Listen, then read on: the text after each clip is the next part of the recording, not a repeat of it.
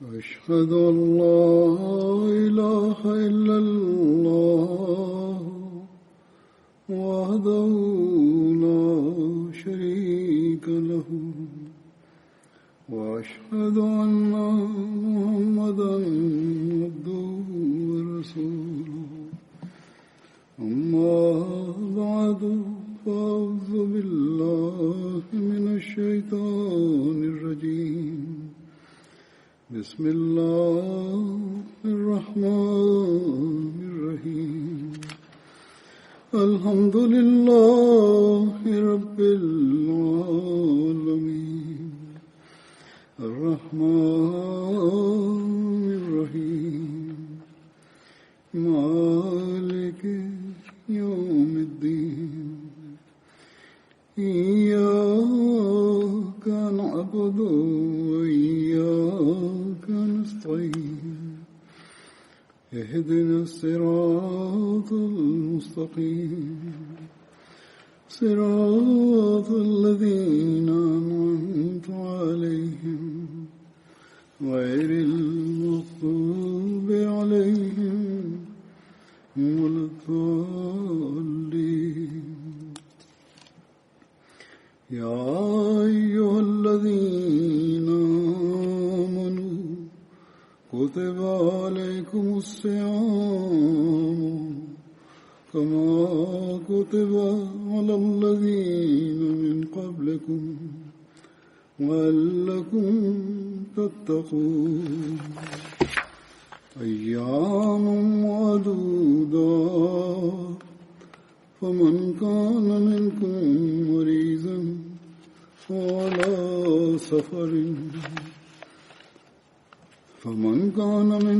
مريضا وعلى سفر فعدة من أيام أخر وعلى الذين يطيقونه فدية طعام مسكين فمن تطوع خيرا فهو خير له وأن تصوموا خير لكم إن كنتم تعلمون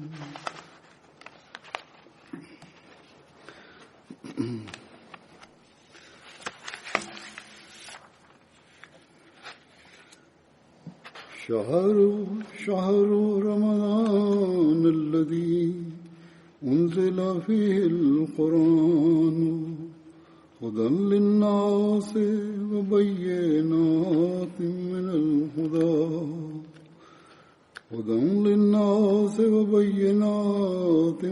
الهدى والفرقان فمن شهد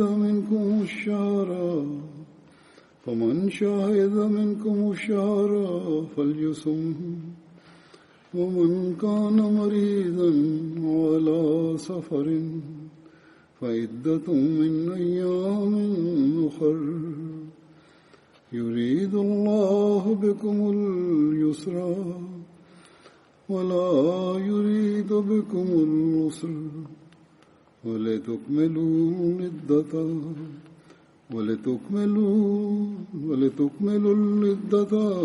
ولتكبروا الله على ما هداكم ولعلكم تشكرون. Demin okudum ayetlerin meali şöyledir. İman edenler, oruç tutmak sizden öncekilere farz kılındığı gibi her türlü manevi ve ahlaki fenalıklardan korunasınız diye size de fark kılınmıştır. Onun için şu sayılı günlerde oruç tutun. Aranızdan hasta ve yolculukta bulunanın tutamadığı günler sayısınca başka günlerde oruç tutması gerekir. Oruca gücü yetmeyenlerin maddi durumları da elverişli ise fidye olarak bir yoksula yemek vermesi gereklidir. Kim gönülden iyilik yaparsa kendisi için hayırlıdır. Eğer bilgi sahibi iseniz sizin için oruç tutmanın hayırlı olduğunu anlarsınız. Ramazan ayı öyle bir mübarek bir ayıdır ki onun hakkında Kur'an indirildi. O bütün insanlara doğru yol göstermek üzere nazil oldu. O aynı zamanda nice apaçık mucizeleri ve hidayet veren delilleri de ihtiva eder. Bunun yanı sıra onda nice ilahi mucizeler de bulunur. Onun için aranızda hasta ve yolcu olmayıp bu ayya erişenler oruçlarını tutsunlar. Hasta veya yolculukta olan kimsenin oruç tutma günler sayısınca başka günlerde oruç tutması gereklidir. Allah sizin için kolaylık ister, zorluk istemez. Allah sizler zahmet çekmeyip o oruç sayısını tamamlayasınız. Sizi hidayete eriştirdiği için onun yüceliğini ifade edersiniz ve ona şükredersiniz diye bu emirleri indirdi. Yüce Allah'ın lütfuyla yarından itibaren burada Ramazan başlıyor. Yüce Rabbimiz Ramazan oruçlarını bizim manevi ilerlememiz için bize farz kılmıştır. Kur'an-ı Kerim'in okuduğum ilk ayeti kerime de bu beyan edildi. Oruç size şu gaye için farz edildi ki takvayı benimseyesiniz diye. Ve takva nedir? ताकि तुम तकवा इख्तियार करो और तकवा क्या है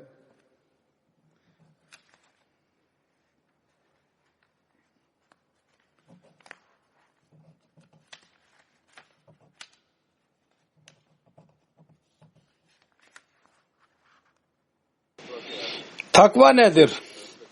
Onu izah ederek bir yerde Hz. Mesih Maud Aleyhisselam şöyle diyor. Takva şudur ki İnsan Allah-u Teala'nın bütün emanetlerini ve imani sözleri ve aynı şekilde mahlukatın bütün emanetlerini ve verdiği sözlerine mümkün olduğu kadar riayet etsin. Yani onların en ince yönlerini mümkün olduğu kadar yerine getirsin. Yani emanetleri ve veren sözler konusunun en ince yollarını benim göz önünde bulundurarak onları eda etsin ve ona bağlı kalsın. Bu kolay bir iş değildir. Kul hakkı nedir? Ve Allah hakkı nedir ve kul hakkı nedir? Bunun firistini yapmaya başlarsa insan perişan olur. Yüce Allah'ın ibadetinin hakkı vardır mesela, biz onu eda edemeyiz. Yüce Allah-u Teala'nın bize ettiği lütufların hakkı vardır ki ona teşekkür edelim, ona şükranlarımızı bildirelim. Bu şükran etme hakkımızı biz eda edemiyoruz. Etmiyoruz da. Ve bu olmadan Yüce Allah-u Teala'nın lütuflarından istifade etmeye devam ediyoruz. Sanki bizim hakkımız imiş gibi. Halbuki bu Allah-u Teala'nın lütfudur. Ki bizim durumlarımız ve şükran beyan etmemize rağmen bize lütfetmeye devam ediyor. Bizim sözlerimiz vardır. Biz Allah'a verdik o sözleri. Biz onları tamamlamıyoruz. Mahlukatın hakları vardır. Anne babanın hakları vardır. Komşunun hakları, yolcuların hakları, toplumun genel hakları. Biz onları eda etmiyoruz. Eda etmek emredilmiştir. Biz onu eda etmiyoruz. Kısacası biz ne Allah'ın hakkını eda ediyoruz, eğer bakarsak, muhasebe edersek incelikle ve kulların hakkını da eda etmiyoruz. Ben genel bir fihrist yaptırdıydım. Kaba bazı koca haklardan bahsettim. Kulların hakları var ya 28-29'da ulaştıydı. Her neyse. Vaat edilen Mesih Aleyhisselam diyor. Asıl iman şudur ki ve takva bizden şunu istiyor ki Allah-u Teala'ya verdiğimiz sözleri tamamlayalım ve ince bir şekilde tamamlayalım. Bu aynı şekilde onun emanet hakkını dahi verin ve incelikle verin diyor Emir Mesih Maud Aleyhisselam. Aynı şekilde mahlukatın haklarını incelikle eda edin ve onun emanetlerini dahi eda edin. O zaman denilebilir ki takva vardır. ईमानतों की भी एक फिक्र के साथ अदायगी Ve Allah-u Teala der ki तब कहा जा सकता है Ramazan ayı şu gaye ile geldi. Oruç tutmaya sizin dikkatiniz şu gaye ile çevrildi. Ramzan का महीना Ayın 11 ayı इसलिए आया है sizin eksiklikleriniz vardır bu hakları eda etmek konusunda. जो दिलाई गई है Onları bu ayda haliseten में जो Allah-u Teala'ya dikkatinizi çevirerek हकूक के अदा करने में हो गई हैं Allah-u Teala'nın rızası uğruna caiz helal şeyleri de bakarak Allah-u Teala'nın rızası uğruna अल्लाह ताला की açlık ve susuzluğa göğüs gererek खातिर जायज चीजों को भी छोड़ tahammül ederek Allah-u Teala'nın ibadetine daha fazla eskisinden daha fazla dikkat ederek kulların haklarının eda edilmesine özellikle dikkat ederek tamamlayınız पहले से बढ़कर तो देते हुए bu eksiklikleri. Bunu yaparsanız की अदायगी की तरफ खास bunun adı takvadır. पूरा करो Ve Ramazan'ın asıl gayesi de budur. ये करोगे İnsan bu niyet ile तकवा है bu gayeyi elde etmek için oruç tutarsa और रोजों का मकसद ve Ramazan'ın içinden geçerse जब इंसान ve iyi niyetli bir şekilde geçerse और इस मकसद के हसूल o zaman bu değişiklik gelip geçici olmayacaktır. में से गुजरेगा Aksine mustakil bir değişiklik olacak. Kul hakkına तो फिर ये dahi dikkati çekilecek. İbadetin hakkını eda etmeye dahi dikkati çekilecek tam olarak mustakil bir şekilde. Dünyanın işleri मुश्किल तो जो रहेगी ve boş işleri इबादतों के हक üstün अदा करने çıkmayacak की तरफ kendisine. मुस्तकिल तो Ve insanın kulların hakkını eda etmeye genel olarak dikkati çekilecek. Kişisel çıkarları için गलबा नहीं biz insanların hakkını yemeyeceğiz. और इंसानों के हकूक अदा करने Eğer bu niyet ile biz की उम्मीद तो जो रहेगी bu iradeyle जाती मफादात के लिए oruç ayına girmiyorsak मारने वाले नहीं होंगे o zaman bizim Ramazan'a girmemiz अगर हम इस नीयत से faydasızdır. और इस इरादे से Hazreti Resulullah sallallahu aleyhi ve sellem bir seferinde şöyle buyurdu. Ramzan में दाखिल होना बेफायदा Bir kul Allah yolunda हाँ हजरत onun rızasını istemek için oruç tutarsa Allah-u Teala जो बंदा onun yüzü अल्लाह ve ateş arasında 70 harif mesafe yaratır. Yani ताला bir mevsim ile öteki mevsim arasındaki zaman ayrımı, bu mevsim ile gelecek misafir arasında zaman vardır. यानी जो फासला एक O के दरमियान है 70 kat खुदा या daha fazla çoğaltılarak mesafe yaratılır. जो जिसका इतना फासला है Bir harif ve öteki harif arasında bir yıl vardır. Bir mevsim ile öteki mevsim arasında. O kadar mevsim yaratır. ये 70 yıla eşit olur. शरीफ में एक साल का फासला है İşte orucun bereketleri bunlardır. तो इतना फासला पैदा कर देता है जो 70 साल में Yani ve budur takva हैं रोजे orucunu yarattığı. Oruç yalnız 30 gün için takva yaratmaz.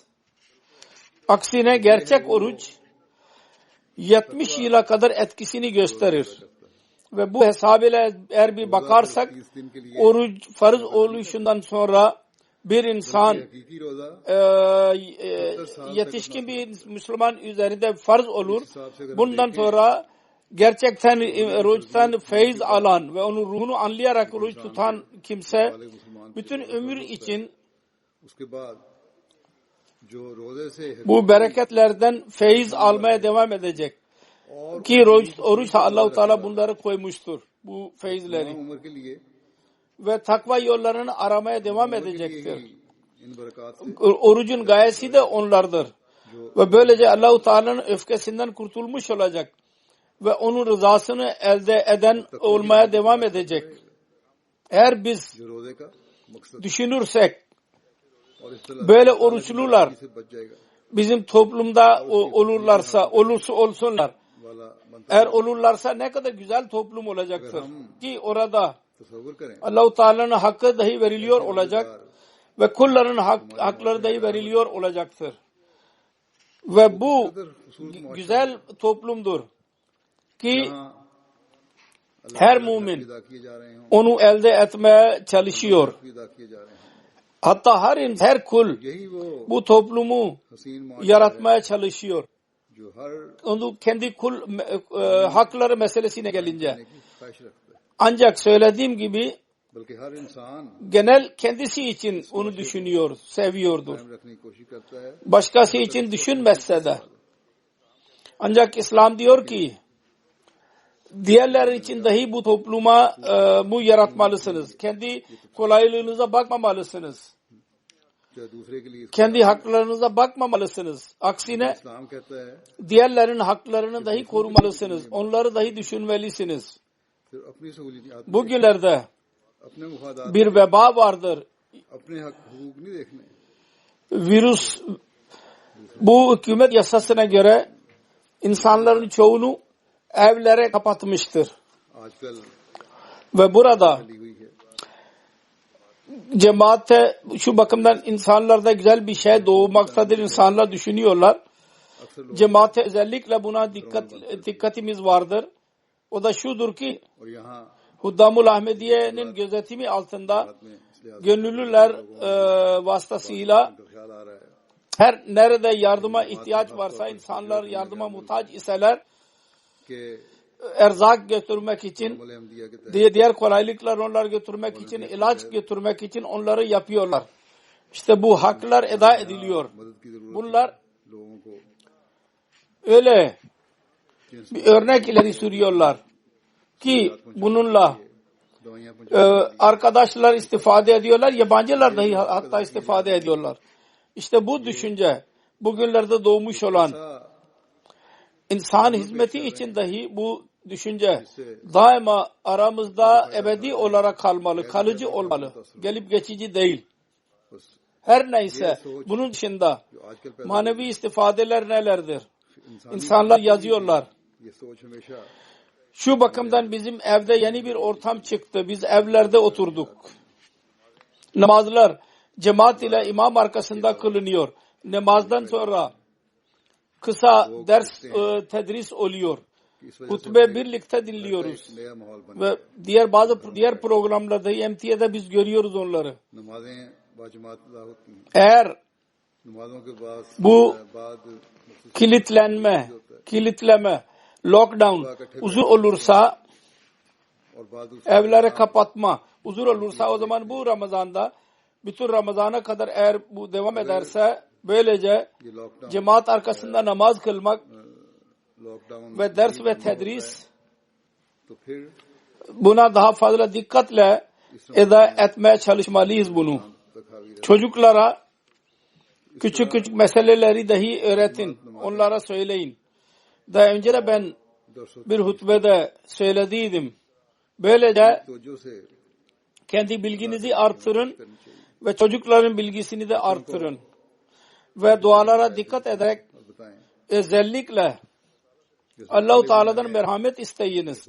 Kendiniz için dahi ve dünya insanları için dahi. Kısacası bu günler Allah-u Teala bize veriyor. Bunu tam olarak istifade etmeliyiz. Bu veba genel olarak evlerde bir ortam yaratmıştır. Söylediğim gibi bunda daha fazla iyiliğe dikkat etmemiz lazım. Öyle evler gibi olmayalım ki onlara hakkında beyan ediliyor ki orada kavgalar oluyor. Fesadlar çoğalmıştır. Ve rahatsızlıklar daha fazla olmuştur. İyi bir ortamda bu iyilik yüzünden dikkatimizi çekilmiştir buna. Bizim ortamımız daha da iyileşmeli. Bazen erkekler bunun tam parçası olmuyorlar bu ortamın. Dini bir ortam evlerde oluşmaktadır. Ve bazen kadınlar kendi eğilimlerini başka türlü tutuyorlar. Böyle kimselerin idrakları yoktur.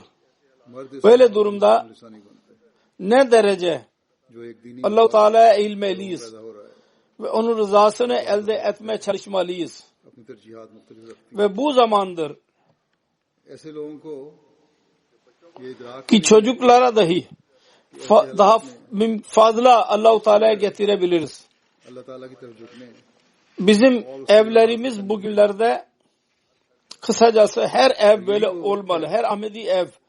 Bugünlerde buna çok dikkat etmemiz lazım. ज्यादा से ज्यादा Ki biz खुदा ताला के करीब en fazla Allah-u Teala'nın sevgisini cezbedebilelim.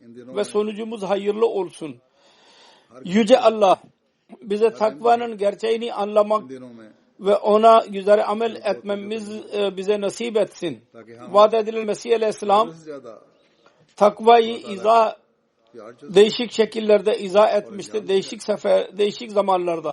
Hz. Mesih Maud Aleyhisselatü Vesselam bu çağın की हकीकत को समझने की और इस प्रकार hisne hasinidir, kalesidir, sığınağıdır ve kuvvetli kalesidir ki bize Allah-u Teala'dan rehberlik bularak İslamiyet'in gerçek talimatını bize açmıştır. Ve hüsn-i hसीन है çok sancılı bir şekilde içtenlikle bizi Allah-u Teala ve onun söylediği Resul'ün yolu üzerine bize getirmiştir. Bu kaleye girmeye çalışalım. Bu sığınağa girmeye çalışalım. तालीम हम पर वादे Kısacası bizim görevimizdir, farzımızdır. Biz अल्लाह ताला और उसके बताए हुए रसूल söz veriyoruz. Kendi cemaatine girdik. Söz vererek. में दाखिल होने की तरफ तवज्जो दिलाई। Ki Mesih Maud Aleyhisselatü Vesselam'ın sözlerini dinleyerek ona göre amel edeceğiz. बस Bu sözü tamamlayalım. Kendisine verdiğimiz bu sözü. जो इस बात का अहद करके आपकी जमात में शामिल हैं Kendi sancı dolu kelimeleri üzerine düşünerek वो सुनकर इस पर अमल करेंगे onlara göre amel edelim. तो पूरा करेंगे। Ve her nerede biz sözleri tamamlayan olursak orada dünya ve akıbetimizi dahi süsleyenler olacağız. Şu anda ben Mesih Maud Aleyhisselatü Vesselam'ın bazı iktibaslarını okuyacağım. Onlar değişik meclislerde Mesih Maud Aleyhisselatü Vesselam अहदों को पूरा करने वाले बने cemaat üyelerinin önüne koyduydu. Bizim manevi ilerlememiz için ve takvada ilerlememiz için beyan ettiydi. नाम के Onlardan bahsedeceğim. साथ पेश करूंगा जिनका मुख्तलिफ मजालिस में आपने साबित जिनको मुख्तलिफ मजालिस में Bir meclise şunu izah ederek और तकवा में धोखे के लिए takva nedir बयान फरमाया। ve nasıl elde edilebilir? Hz. Akdes Mesih Maud Aleyhisselam şöyle buyuruyor. Gerekli olan konu şudur.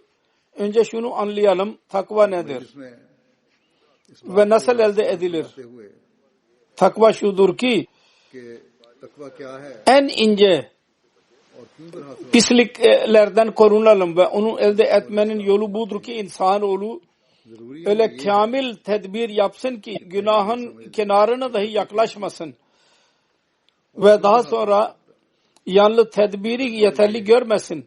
Öyle dua etsin कि बारीक दर बारीक ki onun hakkıdır. बचे Ee, और उसके हसूल का ये तरीक है ruhu incelsin. Secdede, ikiyamta, rükuda, कि गुनाह के teheccüde, किनारे तक ना पहुंचे। kısacası her durumda, फिर मेरी तदबीर her को zaman कैसे समझे bu dua etsin ve bu düşünce kablinde olsun, zihninde. Ya Rabbi, कि गुदार Allah-u Teala beni günahın pisliğinden bana nicat ver. में रुकू Bundan daha büyük bir nimet yoktur ki insan günah ve masiyetten korunsun ve masum olsun.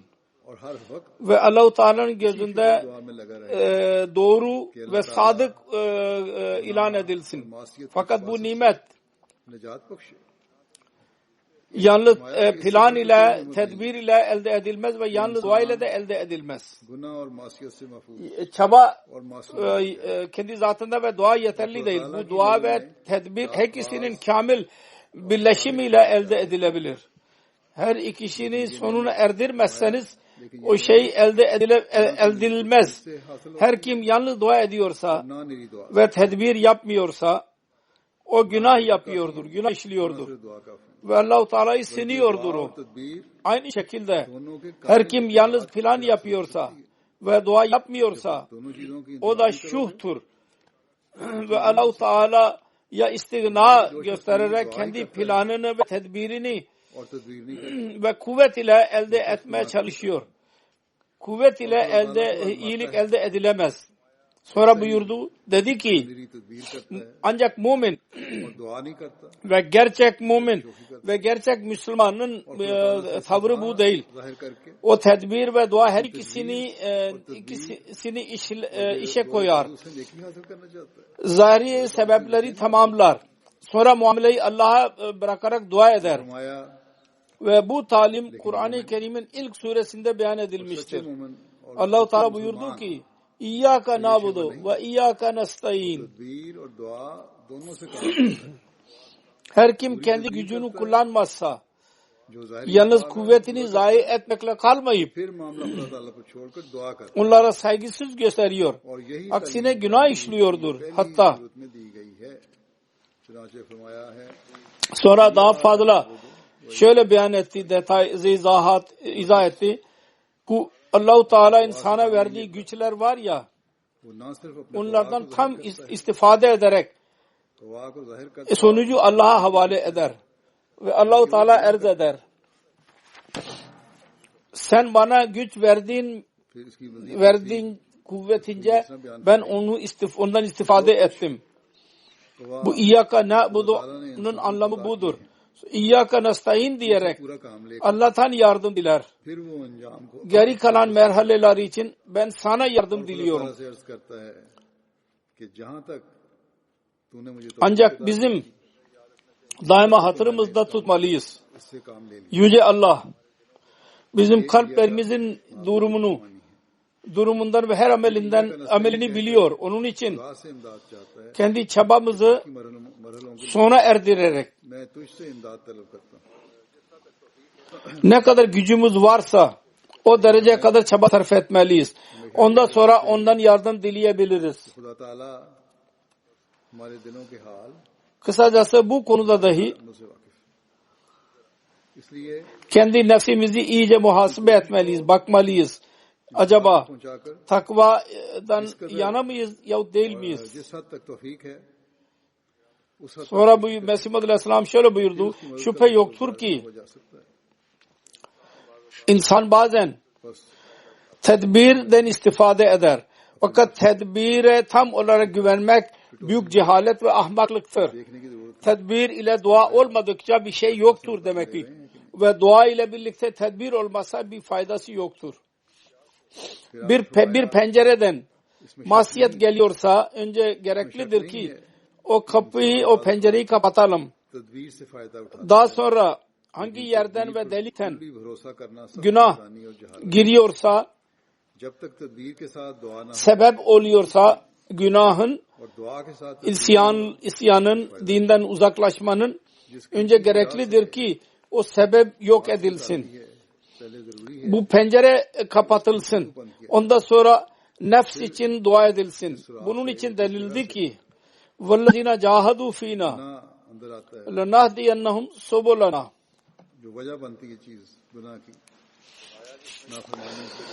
Bunda ne kadar hidayet vardır. Tedbirde Allah'ı terk etmesin. Başka yerde dedi ki Ud'uni astajib lakum. Bana dua edin, ben sizin duanızı kabul edeceğim. Onun için eğer takvayet'in talibi ise kul tedbir etsin ve dua etsin.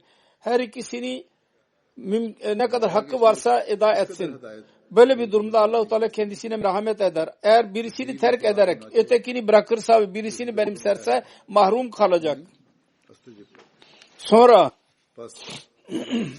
daha fazla bunu açarak Hz. Akdes Mesih Muhammed Aleyhisselam şöyle buyuruyor. İnsanoğlu öyle yolla takvadan yana oluyor.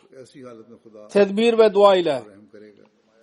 Dedi ki takva Allah-u Teala her amelin köküdür. Öyle yolla takva elde edilir.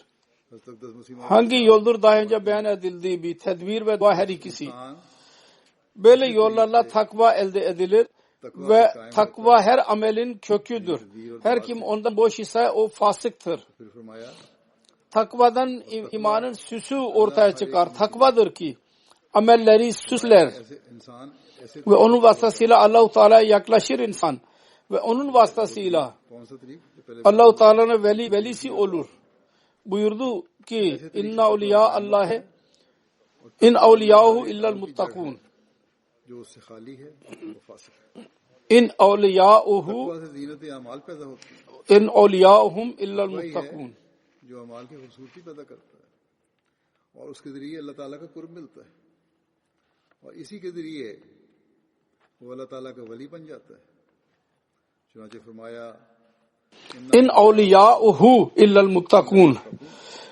Bunu daha sonra şöyle izah etti. Vilayetin temeli takvadır. Allah-u Teala'dan korkarak onu elde ederseniz kemale ulaşırsınız. Allah-u Teala'nın velisi olmak isterseniz takvadan elde edilir o. Eğer Allah-u Teala'nın korkusu olursa kalpte ondan korkarsanız o zaman insan ona ulaşabilir. Sonra Hz. Akdüs Mesih Aleyhisselam başka bir yerde şöyle diyor. Kamil olarak takvanın bir merhalesi baki kalmasın. O zaman Evliyaullah'a girer kul ve takvayı elde etmek kamil olarak bir ölümdür. Nefs bütün yönlerden nefse muhalif ederse nefs ölecek. Onun için denildi ki mutu kabla an tamutu. फिर हज़रत मसीह अलैहिस्सलाम फरमाते हैं कामिल तौर पर जब तकवा कोई मरहला बाकी ना रहे. Dedi ki nefs zahiri lezzetlere aşık olur. Gizli lezzetlerden tamamen bilgisidir. Allah-u Teala'nın lezzetleri manevi lezzetlerdir. Onlar gizlidir. Onları bilmez. Zahiri dünyanın parlaklığı vardır. İnsan onu bilir. Ve nefs onları ister. Dedi ki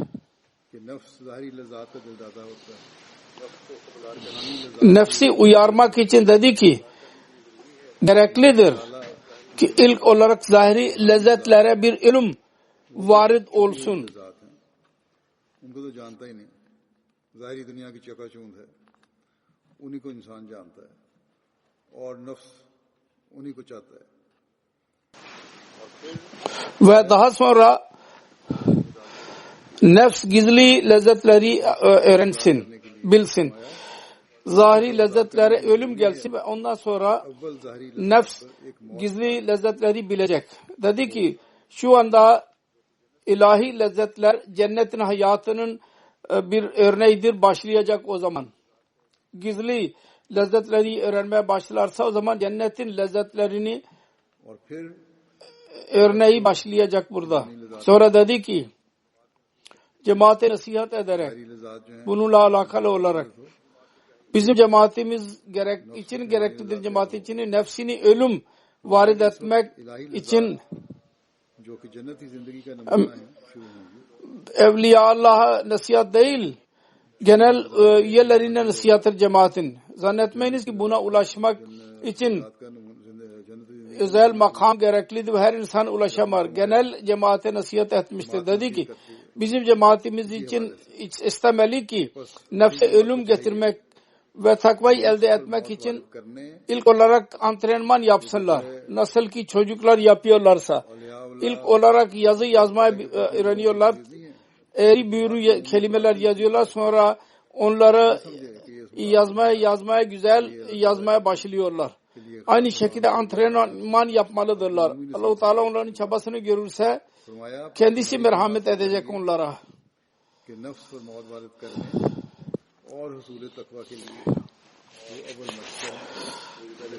Ve daha önce beyan edildi. وَالَّذِينَ جَاهَدُوا ف۪ينَا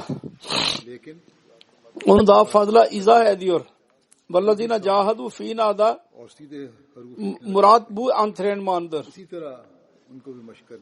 Çaba sarf ederse ve dua ederse Allah-u Teala merhamet eder ve meyve verir. Dedi ki zahirde bu antrenmandır. nasıl bir çocuk antrenmanının yaptığı gibi bir tarafta dua eder, bir tarafta kamil tedbir yapar. Sonunda Allah-u Teala'nın lütfu gelir ve nefsin coşkusu yok olur, soğur. Böyle bir durum olur ki nasıl ki ateş üzerine su kondu. Birçok insan vardır ki nefs-i emmareye müpteladırlar. Sonra diyor ki cemaatin iç ıslahı için ben görüyorum cemaat arazda kavgalar vardır, rencişler vardır, öfkeler vardır, kırgınlıklar vardır. Oluyor da bazen. Ve küçük kırgınlıktan birbirinin onurunu zedeliyorlar ve kardeşiyle kavga ediyorlar. Bu çok namünasip, uygun olmayan bir harekettir. Böyle olmamalı. Aksine eğer birisi itiraf ederse hatayı, onda ne kötülük vardır. Bazı kimseler küçük küçük şeyler üzerine ötekini küçük düşürmeden bırakmazlar. Bu işlerle, bu sözlerle perhiz etme gereklidir bu konulardan. Yüce Allah-u Teala'nın ismi Settar'dır. O zaman niye kardeşine merhamet etmiyor? Ve af etmiyor. Gereklidir ki kardeşine saldırmasın, onu küçük düşürmesin.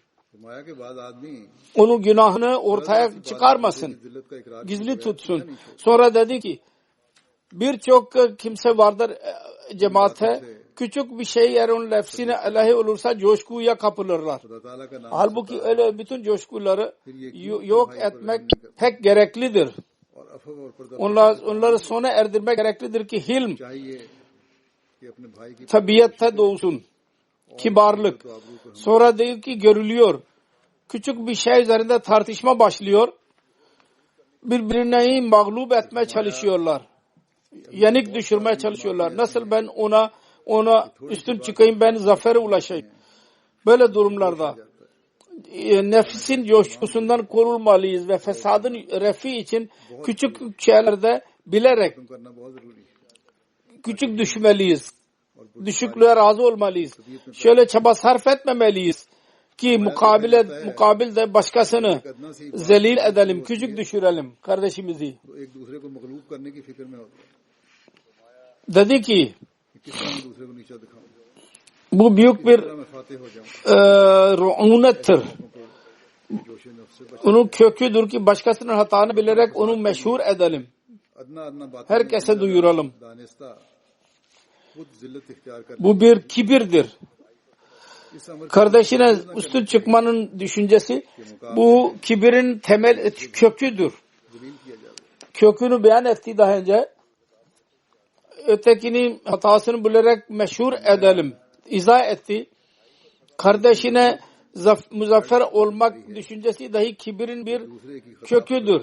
Ve büyük bir hastalıktır bu. Kardeşinin ayıbını meşhur ediyor. Tergib ediyor. Kışkırtıyor. Ki onun günahını herkese duyuralım. Dedi ki böyle işlerden nefs bozulur, yozlaşır. Bundan perhiz etmemiz lazım. Kısacası bütün bu emirler takvanın kapsamındadırlar. Ve iç ve dış konularda takvayı benimseyen meleklere dahil edilir. Bunda asla bir isyan baki kalmaz. Takvayı elde edin. Çünkü takvadan sonra Allah-u Teala'nın bereketleri gelir. Muttaki dünyanın belalardan korunur. Allah-u Teala onların kötülüklerini gizler. Bu yola başvurulmadıkça bir şey elde edilemez. Böyle kimseler benim biyetimden asla istifade edemezler. Dedi ki hatırınızda olsun. Yalnız söz ile ikrar etmek bir fayda değil. Biyetin Allah-u Teala için temizliğini ister. Biyetin faydası olmayacak. Fayda olursa nasıl olabilir? Bir zulüm içte kaldı. Eğer aynı coşku ve unet ve kibir gösteriş ve coşkuya kapılmak, gazap diğerlerde var olan bunda da varsa o zaman ne fark vardır her ikisi arasında? Onu daha fazla şöyle izah etti. Onun için kendi nefislerinizde değişiklik yaratın ve ahlakın en üstün örneğini gösterin. Eğer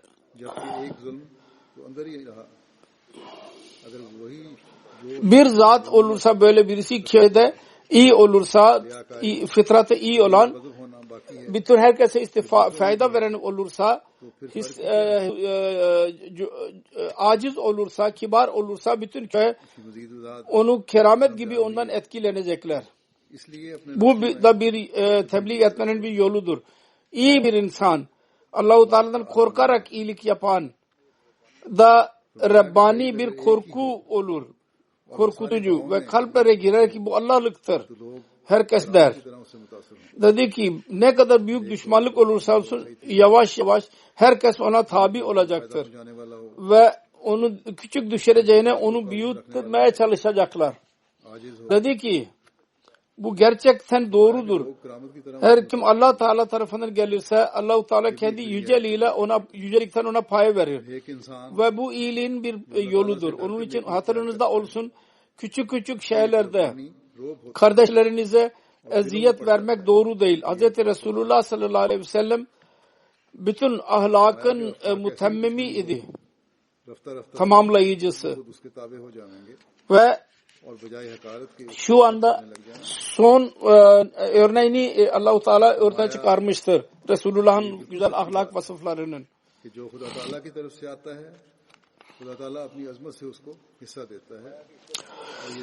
Eğer aynı hayvanlık yine kalırsa üzücüdür o. Yazık. Onun için diğerleri ayıplamayın. Çünkü bazen insan diğerleri ayıplayarak kendisi ona yakalanır.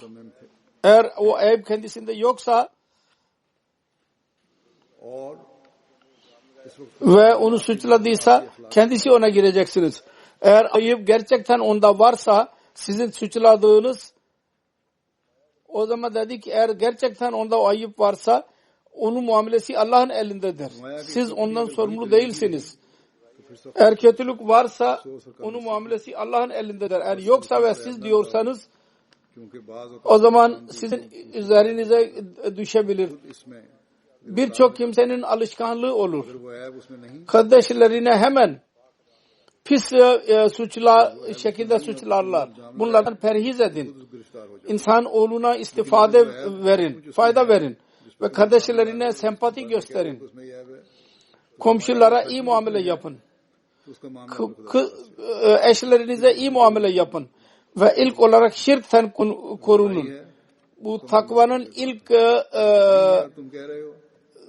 kerpiçidir. Sonra diyor ki takvanın anlamı şudur. Kötülüğün ince yollarından korunmak ve iyi hatırınızda olsun. İyi değil ki birisi desin ki ben iyiyim. Ki ben başkasının malını yemedim. Ben hırsızlık yapmadım. Zina yapmıyorum.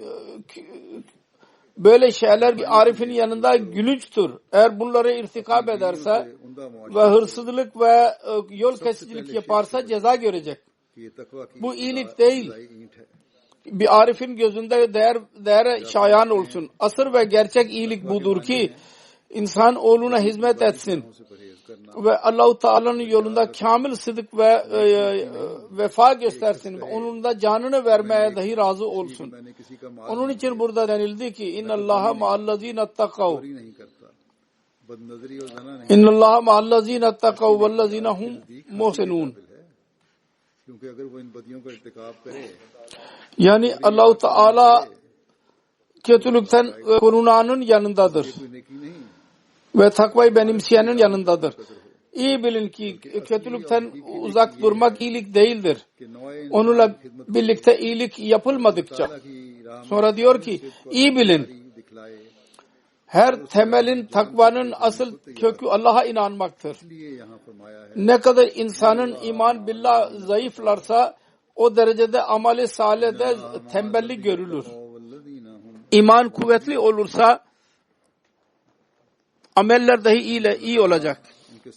İman kuvvetli olursa ve Allah-u Teala onun bütün kamil sıfatlara inanılırsa Allah'a, o derecede insanın amellerinde olağanüstü bir değişiklik görülür. Allah-u Teala'nın sıfatlarına kamil yakin olursa insanın amelinde çok güzel bir değişiklik oluşur. Allah-u Teala iman sahibi günaha yapamaz. Çünkü iman onun nefsani güçlerini ve günahın uzuvlarını kesip atar. Dedi ki bakın birisinin gözleri çıkarılırsa nasıl günah işler bednazeri, eğer el kesilirse nasıl bir günah işleyebilir ellerle. Aynı şekilde bir insan nefs-i mutmainne'nin durumunda olursa nefs-i mutmainne onu kör yapar ve onun gözlerinde günah kuvveti baki kalmaz. Görür fakat göremez. Görüyor fakat kötü gözüyle bakmaz, günah gözüyle bakmaz. Çünkü günahın gözü kör olur. Kulakları olur fakat kulaksız kalır. Dinliyor fakat kötü sözleri dinlemez. Günah sözlerini dinleyemez. Aynı şekilde bütün nefsani ve şehvani güçler ve iç uzuvlar kesilir. Onu günah yapan bütün kuvvetler üzerine bir ölüm gelir ve bir ölüm gibi olur ve Allah-u Teala'nın rızasına tabi olur. Onun dışında bir adım dahi atamaz. Bu durumdur ki Allah-u Teala gerçek iman olur ve onun neticesi şu olur ki kamil teselli verilir kendisine. Bu makamdır. İnsanın asıl hedefi olmalı. Sonra dedi ki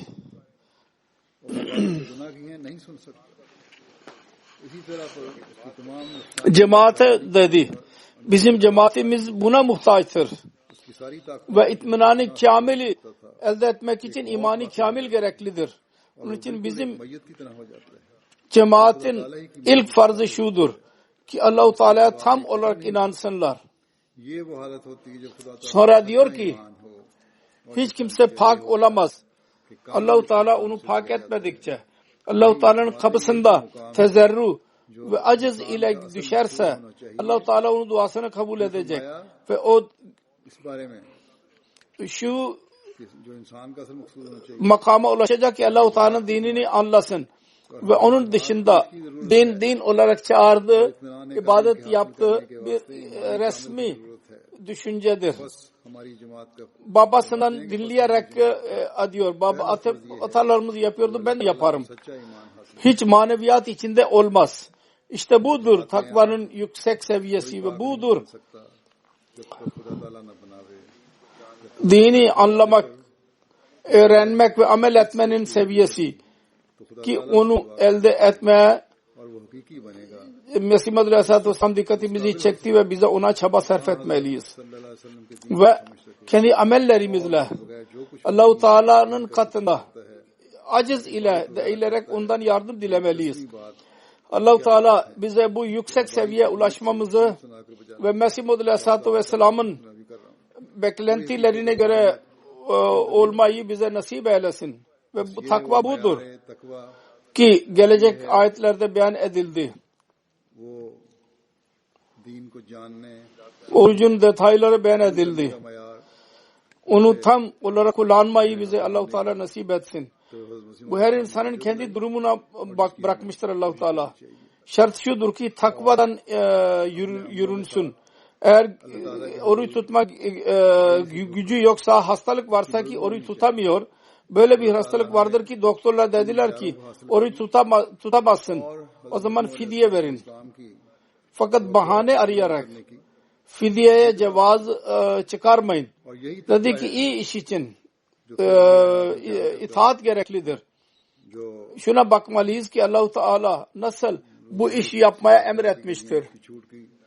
Eğer derinliğine girerek takvadan yana olarak birisi muhasebe ederse kendisini görecek. Oruç tutmak iyi midir yahut fidye vermek gelip geçici olarak. Allah-u Teala daha sonra daha fazla izah etti. Hasta olsun yahut yolculuk olsun, yolcu olsun, oruç tutmasın. फिदिया का जवाब Allah-u Teala zorluk istemez. बल्कि फरमाया कि नेक Hastalık yok olursa o zaman terk ettiği oruçları tamamlayınız. Yolculuk esnasında किस तरह terk edilen oruçlarınızı tamamlayınız. İster fidye vermiş olsanız da. तकवा पर चलते हुए Söz aynı dolaşa dolaşa aynı yere gelir. Takva ve Allah'ın korkusu ve şunu göz önünde bulundurmak. दिया देना है Bizim durumumuzu Allah biliyor. Kendiniz karar verin. Allah-u Teala sizin için daha iyi durum ortaya çıkaracak. İyi neticeleri ortaya çıkaracaktır. या सफर पर हो Hz. Mesih Maud Aleyhisselam diyor ki क्योंकि अल्लाह ताला तंगी नहीं चाहता kalbi şundan razıdır ki Ramazan geldi तो फिर छोड़े ve ben bunu bekliyordum. Gelsin ve ben oruç tutayım. जो रोजे छूट गए Ve hastalık yüzünden oruç tutamadı. O या दे भी दिया हो gökte oruçtan mahrum değildir. आ जाती है तकवा से काम ले Dedi ki bu dünyada birçok insan bahane ister, bahane ararlar. Ve onlar zannederler ki रखते हुए biz nasıl dünya insanlarını aldatabiliyoruz, aynı şekilde Allahu Teala'yı da aldatabiliyoruz. अल्लाह ताला तुम्हारे लिए İnsanları aldatabildik, Allah'ı da aldatabiliriz diyorlar. हज़रत मसीह मौद अलैहिस्सलाम फरमाते हैं वो शख्स जिसका Bahane arayan kendisi mesele çıkarırlar. Mesele çıkardılar. Ve külfeti araya koyarak onları doğru diyorlar. Külfetleri koydu, şöyle oldu, böyle oldu diyorlar. Ve zannederler ki doğrudur. Sebep beyan edildi ve oruç terk edildi. Fakat Allah katında bu doğru değildir. बहाना जो है Külfetin sonu, करते हैं और वो külfetin babı çok geniştir. दुनिया को धोखा दे लेते हैं वैसे ही खुदा Bahane uydurursanız, özür çıkarırsanız को धोखा दे लिया birden bir özür çıkar. Fakat eğer insan isterse külfet temel yaparsanız बहाना o başka. Yoksa insan isterse hayatı boyunca namaz kılar ve Ramazan'ın orucunu hiç tutmazsa diyor ki fakat Allah-u Teala onun niyetini ve iradesini bilir. बीच में तकल्लुफ़ात शामिल कर ली Allah-u Teala alimul gayibdir. और समझते हैं कि वो सही İnsanın içine kadar bilir. Niyetlerimizi bilir, iradelerimizi de bilir. वो सही नहीं तकल्लुफ़ Her kim sıdık ve ihlas sahibi olursa फरमाया कि तकल्लुफ़ात का बाब onunla बहुत वसी है Allah-u Teala sıdık ve ihlasa gösterene göre muamele yapar. Fakat bahane arayana göre ona göre amel edilecek. Allah biliyor. Allah-u Teala biliyor. बनाना है तो İhlas sahibine olan तो सारी biliyor ki onun kalbinde bir sancı vardır. Quran के रोजे Bahane arayanın kalbinde bir sancı yoktur. फरमाते Ve Allah-u Teala ona उसकी नीयत और इरादे को sancı sahibine sevap verir. Çünkü kalpte sancıya olan değer bir şeydir. Çünkü hile arayanlar hile arıyorlar. भी जानता है Fakat bunun bir anlamı yoktur Allah katında. Bu usuller bunlardır. Bizim gözlerimizin önünde bulundurmalıyız bunları. Allah-u Teala açtı. Yolcular ve hastalar için sıkıntı yoktur. Daha sonra tamamlasın. Fakat Mesih Maud Aleyhisselam şunu dahi buyurdu. उसके मुताबिक Bu durumda dahi अल्लाह ताला जानता है fidye dahi verin. आप फरमाते हैं खुदा ताला Bununla oruç tutma gücü size nasip olacaktır. Bugünlerde virüs hastalığı yüzünden insanlar soruyorlar. बहाना जो है Kalp hastalık çoğalacak. Oruç tutalım mı tutmayalım mı? एक काबिल Ben genel bir fetva veremiyorum, karar veremiyorum. इंसान Genel olarak yazıyorum. Siz kendinize bakarak kendiniz karar verin. खुदा ताला Ve kalbin takvadan yanlı olarak temiz kalple karar verin. बस ये असूल Kur'an-ı Kerim'in açık hidayeti vardır. Hasta olsun yapmaz, oruç tutmasın. Meriç olma imkanı üzerinde biz hasta olacağız. Oruç bırakmak bu doğru değil. Mesih Maud Aleyhisselam buyurdu ki o zaman फिदिया भी जरूर दो bir özürden ve başka özür, bir bahaneden başka bahane ortaya çıkmaya devam edecek. Birisi derse ki doktorla diyorlar. करते हैं कि गला खुश्क हो जाएगा ज्यादा Bu zorluk olabilir. बीमारी का Değişik uzmanlardan ना रखें ben fikir sordum. फतवा या फैसला नहीं देता Onların düşüncesinde dahi ihtilaf vardır. Doktorların düşüncesinde. Bazı uzmanlar açık olarak yazdılar. और पाक दिल हो Bu kesin değildir. अपने दिल से Ki oruç ile hastalık mutlaka gelecek. वादे हदायत Evet, eğer etki başlarsa तो ना रखो। Öksürük ve ateş başlarsa ya başka bir alamet olursa orucu terk edin. Eğer oruçluysanız orucu terk edin. Bozun. एक उधर से दूसरा उधर Doktorlardan dahi şu eyleme sahip olanlar oruç tutmamalıyız diyenler vardır. Ya bazı şartlar koyuyorlar ki onun neticesi yanlış şu oluyor sonunda. मुश्किल हो सकती है। तो मैंने मुख्तलिफ Tutmazsak daha iyidir. डॉक्टरों से राय ली है Onların açık düşünceleri yoktur onların. Korkutuyorlar ve sonra diyorlar ki gıdaya bakarak oruç tutalım. कि ये Şimdi fakir kimseler ne dereceye kadar bakabilirler gıdalarına? Her neyse. हाँ अगर आसार दायर Değişik düşüncelere bakarak düşünce şu çıkıyor ki oruç tutmakta bir haraç yoktur. है तो रोजा छोड़ दें। Eğer zerre kadar bir şüphe varsa hemen orucu terk edin. Bazı kimseler düşünürler. Doctor Bir evde hastalık varsa रखते हैं कि नहीं ister रखनी चाहिए। sağlıklı olsun o da oruç tutmasın. bazı şartlar Fakat diğer doktorun düşüncesi budur ki cevazı yoktur bunun. Her neyse. कि ना रखो तो बेहतर है। उनकी वाज़ेह राय वो भी वाज़ेह राय नहीं रखते। Oruç açarken ve oruç tutarken su kullanmak lazım. रखे जाएं। जो गरीब लोग हैं किस हद तक Kendileri yakında fazla düşünenler, güce sahip olmayanlar öyle yemek yesin ki फराद देखकर तो यही राय कायम होती su tutabilsin bedende. है रखने में हर्ज नहीं है। Doktorların fikri değişik ise हल्का Amerika'nın doktorları dahi vardır, Almanya'nın ve buranın doktorları dahi vardır. O zaman sebepsiz olarak oruç bırakmak घर में मर्ज है bakmalıyız ki öyle bir zümreye girmeyelim ki onun kulu Mesih Muhammed Aleyhisselam dedi ki दूसरे डॉक्टर की राय tekiye yapıyorlar. इसका कोई जवाब नहीं है। Direktli tekiye Şiilerin bir inancıdır. Su içmiyorlar, oruç tutuyorlar. Genel olarak da içmiyorlar. और रखते हुए Bizim Çaudhry Nazir Bey vardı. इस्तेमाल करना चाहिए और जो Yazın bütün gün dolaşıyordu. Ve biz su için फिक्रमंद है अपने बारे में या geliyorduk, hemen su içerdik. ऐसी Ben ona birkaç defa sordum, azıcık bir su içti ya içmedi. Diyor ki benim suya ihtiyacım dahi azdır. Demek ki gerek muhtelif tabiatlar olur. Bu durumda ne derece kadar bakmalıyız. Bu herkesin kendi durumuna, tabiatına göre herkes karar versin. Kendi zamirinden fatva alsın. Kalbinden. Ve dua edin. Allah-u Teala'dan güç isteyerek हाँ oruç एहतियात लाजमी। tutmaya çalışın. बाज़ों Dua edin. पानी की रिक्वायरमेंट वैसी कम होती है, अमूमन पानी नहीं पीते, रोजे भी रखते हैं, अमूमन हालात में भी नहीं पीते। हमारे Ve dualar dahi fazla yapın bugünlerde. गर्मियों में Allah-u Teala insanlara akıl versin. Allah-u Teala'yı tanıyanlar olsunlar. आते ही पानी जब झपटते थे Allah-u Teala उनसे मैंने कई दफा पूछा बहुत थोड़ा सा पानी कोई पिए या कभी ना पिए। bu vebayı dünyadan yok etsin. Dünya merhamet eylesin. इन हालात में Ve biz dahi, तक ये Ahmediler dahi Allah-u Teala onun kullarının takvadan yana olarak hakkını eda edenler olalım. Ve Ramazan'ın bereketlerinden tam olarak istifade edenler olalım. से तौफीक मांगते हुए रोजा Bunu dahi hatırınızda tutsun. Dünyanın durumu vardır. Bu veba yüzünden iktisat durumu dahi çok yozlaşmıştır, kötüleşmiştir. Böyle bir iktisat durumu oluyor ki bugünlerde vardır. खुदा ताला को O zaman savaş imkanları dahi çoğalıyor.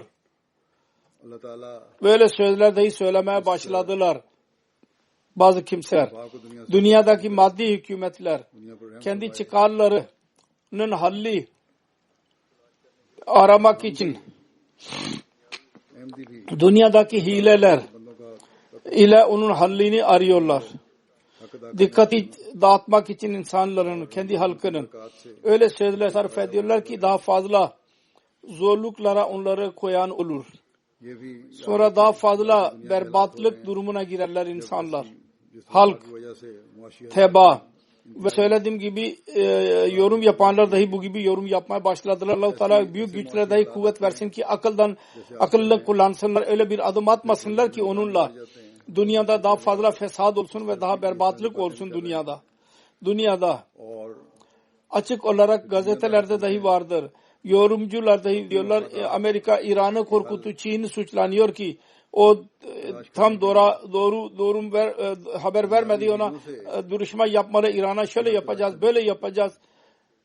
Amerika dahi akıllanmalı, diğer hükümetler dahi akıllanmalıdırlar ve bu durumda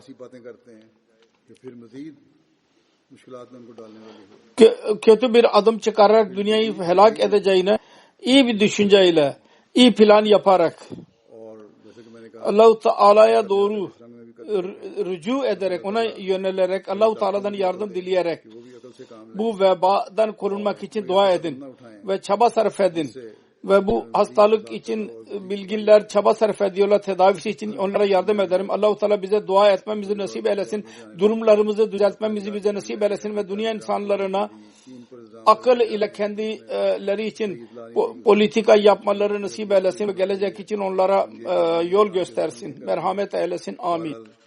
America की हुकूमत को भी अकल करनी चाहिए, बाकी हुकूमतों को भी अकल करनी चाहिए और इन हालात में बजाय इसके कि कोई गलत कदम उठाकर दुनिया को मजीद तबाही की तरफ लेके जाएं, सही सोच के साथ सही प्लानिंग करके और अल्लाह ताला की तरफ रुजू करते हुए, उसकी तरफ झुकते हुए, अल्लाह ताला से मदद मांगते हुए इस वबा से बचने के लिए दुआएं करें और कोशिश करें और इस बीमारी के इलाज के लिए भी जो साइंसदान कोशिश कर रहे हैं उनकी मदद करें। अल्लाह ताला हमें दुआओं की तौफीक दे, अपनी हालतों को बेहतर करने की तौफीक दे और दुनिया को, दुनियावी बड़ी हुकूमतों को अकल से अपनी पॉलिसियां बनाने और आइंदा के लाए अमल बनाने की तौफीक अता फरमाए।